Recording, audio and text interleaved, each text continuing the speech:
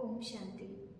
जीवन में आई हुई परिस्थितियाँ कभी कभी हमें बहुत बड़ी सी लगती हैं और उन परेशानियों में बड़े बड़े बुद्धिमानों की बुद्धि भी काम करना बंद कर देती है। मतलब हमें लगने लगता है कि बस अब तो ज़िंदगी भर इन उलझनों में ही हमें उलझते रहना होगा, कोई दूसरा रास्ता है ही नहीं और हम परेशान होने लगते हैं। ऐसा होता है ना। ऐसी ही बात है एक राज्य की। आप ध्यान से सुनिएगा। हुआ ये कि राजा एक थे जिनका अपना एक बड़ा सा राज्य था, लेकिन राजा की कोई संतान नहीं थी।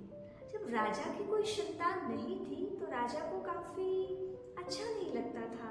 सोचता था कि इस राज्य का उत्तराधिकारी मतलब अगला राजा कौन बनेगा, किसे इस राज्य को सौंपा जाएगा, क्योंकि मेरी तो कोई संतान नहीं है। राजा को थोड़ी चिंता हो रही थी। फिर राजा के मन में एक आइडिया आया और उन्होंने कुछ ऐसा सूत्र रचा जिसको बड़े बड़े विद्वान जन हल नहीं कर पाए।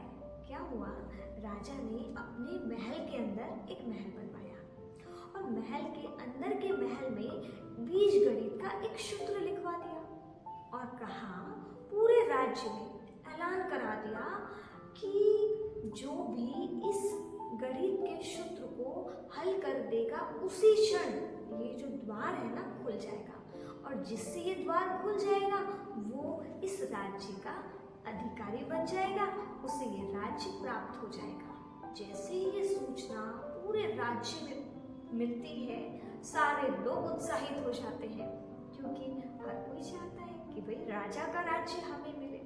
फिर क्या था, सभी आते गए, बड़े बड़े विद्वान गणितज्ञ बहुत मेहनत किया, कैसे भी ढंग से वो सूत्र इस तरह से हल हो जाए कि द्वार खुल जाए, परंतु सब हार गए और हार कर घुटने टेक कर वहां से चले गए। दिन बीत गए, महीनों बीत गए, परंतु कोई भी इस छोटे से सवाल को हल नहीं कर पा रहा था। मतलब किसी से भी वो दरवाजा नहीं खुला। हर किसी ने उस बीजगणित के सूत्र को हल करने की कोशिश की।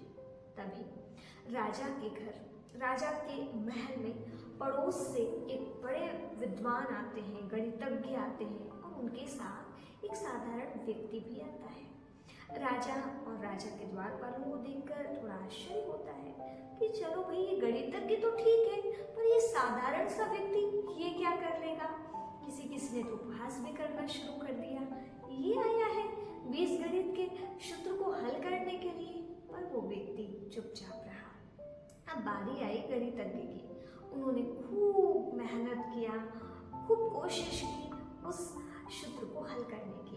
5 से 6 घंटे बीत गए, पर अभी तक कहीं से कहीं तक वो द्वार नहीं खुला, मतलब सूत्र हल नहीं हो पाया।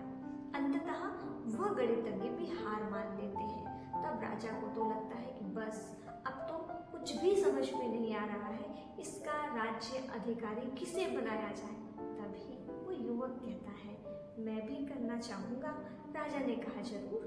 वो युवक आगे बढ़ा और बढ़कर उसने कुछ ना किया, केवल गया और दरवाजे को धीरे से टच किया और धक्का देते ही दरवाजा खुल गया और सारे महल में तालियां बजने लगी। वाह, क्या बात है कि साधारण से दिखने वाले युवक ने तो कमाल कर दिया, जो बड़े बड़े गणितज्ञ भी ना कर सके।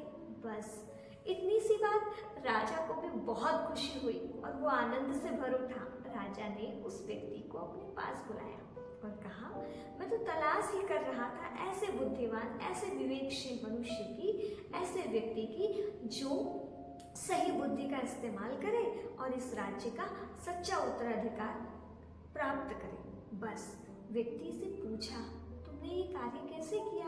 व्यक्ति ने कहा, बस मैं तो देख रहा था और देखते देखते मुझे लगा कि हो सकता है ऐसा कोई सूत्र डाला ही नहीं है आपने, केवल आप बुद्धि की परीक्षा ले रहे हैं। और जैसे ही मुझे ये बात समझ में आई तो मैंने सबसे पहले जाकर दरवाजे को धीरे से पुश किया और बस पुश करते ही द्वार खुल गया।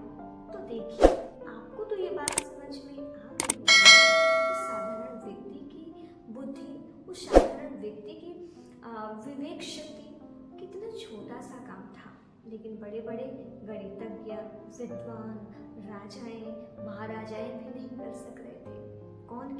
एक साधारण व्यक्ति में। ऐसे ही तो होता है हमारे जीवन में भी। जब भी कोई बातें आती हैं, बड़े बड़े बुद्धिमान, मतलब जो अपने आप को बहुत ज़्यादा बुद्धिजीवी समझते हैं, वो भी उलझने लगते हैं, परेशान होने लगते हैं, डिप्रेस्ड हो जाते हैं।